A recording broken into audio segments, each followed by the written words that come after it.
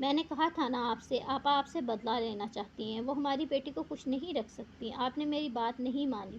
میں نے آپ کی منتیں کی تھی کہ کیف مر چکا ہے، ہماری چاہت کو ہمارے گھر واپس لے آئیں، لیکن آپ نے کہا کہ وہ کیف کی بیوہ ہے اور عدت اس پر فرض ہے، جبکہ یہ بات آپ جانتے ہیں کہ کیف اور چاہت میں سوائے نکاح کے اور کوئی رشتہ نہ تھا۔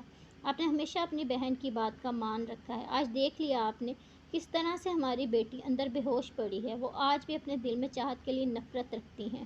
وہ جس دن سے پیدا ہوئی ہے وہ چاہت سے نفرت کرتی ہیں، اور یہی بات سچ ہے۔ اسی لیے میں کیف کے ساتھ یہ شادی ہونے نہیں دے رہی تھی، لیکن آپ نے اس وقت کہا کیف اچھا لڑکا ہے، وہ ہماری چاہت کو خوش رکھے گا، وہ سمجھدار ہے، لیکن ہمیں کیا پتا تھا کہ وہ اس طرح سے دنیا سے چلا جائے گا۔ اور آپ کی بہن کیا کر رہی ہے ہماری بچی کے ساتھ؟ اتنا کچھ کر کے اسے چین نہیں مل رہا کہ اب اس سے زبردستی کیف کی عدت بھی پوری کروا رہی ہے۔ دیکھیے، اس سے پہلے کہ کچھ بہت برا ہو، آپ چاہت کو گھر لے آئیں گے۔ میں اپنی بیٹی کو ان کے خود ساختہ بدلے کی نظر نہیں کر سکتی۔ امی مسلسل رو رہی تھی۔ ٹھیک ہے، تم فکر مت کرو، آج میں آپا سے بات کرتا ہوں، اب میں بھی چاہت کو مزید اس گھر میں رہنے نہیں دوں گا۔ بابا کہہ کر جا چکے تھے، جبکہ چاہت یہ سوچ رہی تھی آخر امی پھپھو کے بارے میں کیا بات کر رہی ہیں، وہ اس سے کیوں نفرت کرتی ہیں۔ میں تو بس اس سے بات کرنے کے لیے چھت پہ گئی تھی، میں اسے گرانا نہیں چاہتی تھی۔ پلیز مجھے بچا لیں، سیف مجھے معاف نہیں کرے گا، وہ مجھ سے شادی سے انکار کر دے گا۔ مسلسل رو رہی تھی، جبکہ پاس کھڑی پھپھو اسے دیکھ رہی تھی۔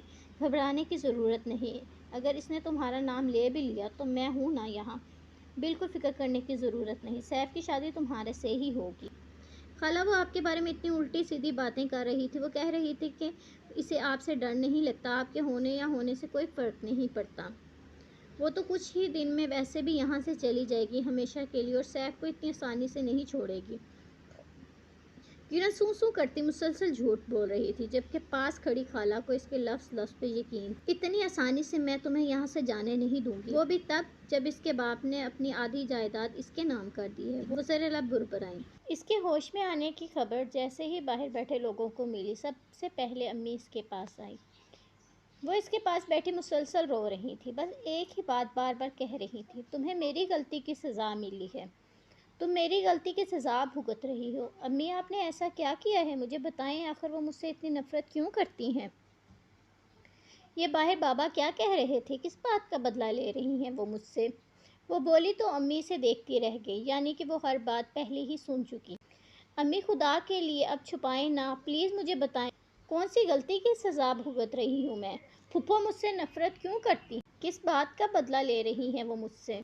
ماں کو خاموش دیکھ کے وہ پھر سے پوچھنے لگی، تمہاری پھپھو کی نند تمہارے بابا کو بہت پسند کرتی تھی، ان سے شادی کی خواہش مند تھی، لیکن تمہارے بابا نے مجھ سے شادی کر لی، جس کے بعد تمہاری پھپھو کے خاوند نے انہیں چھوڑنے کی دھمکی دی، وہ اپنے میکے آ کر بیٹھ گئیں۔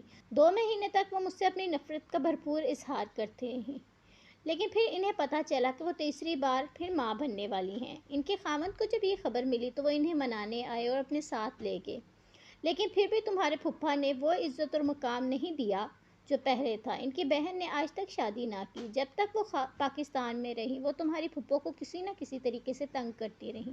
تمہاری پھپھو نے بہت مشکل وقت گزارا ہے، یہاں تک کہ بھائی صاحب اکثر ان پر ہاتھ اٹھاتے، اور اسی لڑائی میں ان کا مس کیریج ہو گیا اور ان کی بیٹی پیدا ہونے سے پہلے ہی مر گئی۔ اس وقت میرے ہاں تمہاری پیدائش ہوئی اور انہوں نے تمہیں دیکھتے ہی منحوس کہنا شروع کر دیا۔ ان کا کہنا تھا کہ تمہاری وجہ سے ان کی بیٹی مر گئی۔ ہم کسی انسان کی سوچ پہ قابو نہیں کر سکتے، یہ ان کی سوچ تھی، وہ ایسا ہی سوچتی تھی۔ اس کے بعد بھی تمہاری پھوپھی اور پھوپھا کے درمیان لڑائیاں ہوتی رہیں، وہ اکثر گھر چھوڑ کے یہاں آ جاتے اور تمہارے بابا کو الٹے سیدھے طریقوں سے میرے خلاف کرنے کی کوشش کرتی ہیں، جس کی وجہ سے ہمارے درمیان بھی بہت سی لڑائیاں ہوتی۔ ان سب کے باوجود وہ 7-8 سال تک تمہیں منحوس کہتی رہیں، تم سے نفرت کرتی رہیں، پھر اچانک نہ جانے کیا ہوا کہ وہ تم سے بہت قریب ہو گئیں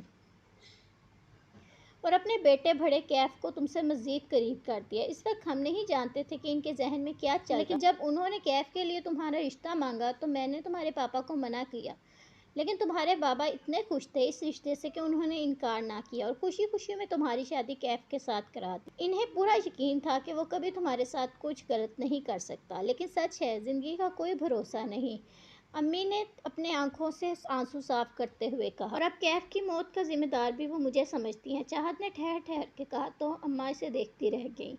امی کیا میں سچ میں اتنی منحوس ہوں کہ جس کی زندگی میں آتی ہوں اس کی جان لے لیتی ہوں؟ وہ روتے ہوئے ان کے سینے سے لگی۔ نہ جانے کتنی دیر ایسے ہی بلک بلک کے روتی رہی۔ اسے اس وقت کرن یاد نہ تھی جس کی وجہ سے وہ یہاں پہنچی تھی۔ بعد میں بھی وہ کرن کے خلاف کچھ نہ بولی۔ اس نے کسی کو بھی نہیں بتایا کہ اسے چھت سے گرانے والی کرن تھی۔ ایک ہفتہ ماں اس کے اسپتال میں رہی اور اس کا خیال رکھتی رہی، لیکن ایک ہفتے بعد پھپھو نے پھر سے وہی شور مچا دیا۔ جب تک عدت ختم نہیں ہوتی تب تک وہ ان کے گھر پر ہی رہے گی۔ چاہت نے بھی کوئی اعتراض نہ کیا اور ان کے ساتھ واپس اسی گھر میں چلی آئی۔ وہ جانتی تھی کہ وہ اس سے نفرت کرتی ہیں، وہ بس اپنی پھپھو کی نفرت کی انتہا دیکھنا چاہتی تھی۔ اگلی ہی صبح اس کے ساتھ پچھلے دنوں جیسا ہی رویہ اختیار کر لیا گیا۔ لڑکی اس گھر میں رہنا ہے تو مفت کی روٹیاں نہیں توڑنے دوں گے، کل سے واپس اپنا کام کرو۔ چھت سے گری ہو، ہڈی نہیں ٹوٹی تمہاری، اور نہ ہی اتنی زیادہ گہرائی تھی کہ تمہیں زیادہ چوٹ لگ جائے، اس لیے بند کرو یہ ڈرامے۔ تمہارے ماں باپ برداشت کرتے ہوں گے، میں نہیں کروں گی۔ جی ٹھیک ہے پھپھو، وہ اپنی آنکھوں سے آنسو صاف کرتی ہوئی بس اتنا بول پائی۔ یہ اس کا سگا رشتہ تھا، اس کی سگی تھی، وہ کیسے اس کے ساتھ اس طرح سے کر سکتی تھی؟ وہ اپنی بیٹی کھونے کی وجہ سے اتنی نفرت کرتی تھی، لیکن وہ بھی تو ان کی بیٹی جیسی تھی۔